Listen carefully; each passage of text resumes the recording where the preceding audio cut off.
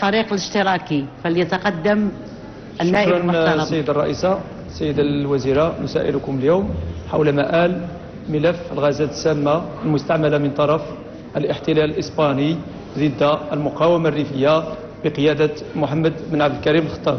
شكرا. جواب السيدة الوزيرة.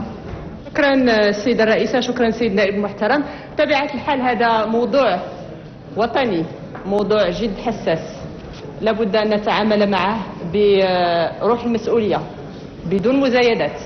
هذا الموضوع كنعرفوا كاملين الأبعاد الإنسانية اللي عنده، أبعاد تاريخية، قانونية، عسكرية، سياسية. بطبيعة الحال الحكومة وفي إطار التعبئة الشاملة على المستوى الوطني، ليست فقط الحكومة ولكن أيضا الأحزاب السياسية والمجتمع المدني، نتعامل مع هذا الموضوع.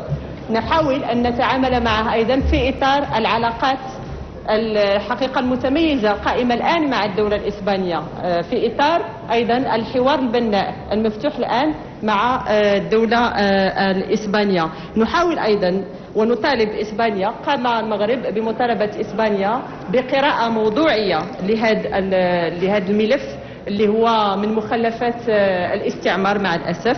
نحاول أيضا ونطالب إسبانيا بقراءة جريئة لهذا الموضوع،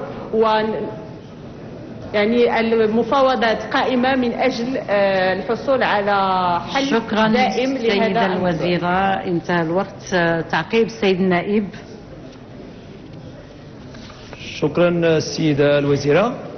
فصراحة الجواب ديالكم السيدة الوزيرة غير مقنع، لأنه سبق لكم هذه قبل سنتين ونصف أنكم وعدتونا والتزمتوا على أساس تفتح هذا الملف مع الجانب الإسباني، ولكن مع الأسف ما وفيتوش بالوعد ديالكم في فتح هذا الملف، علما أن الأمر يتعلق بالجريمة ضد الإنسانية.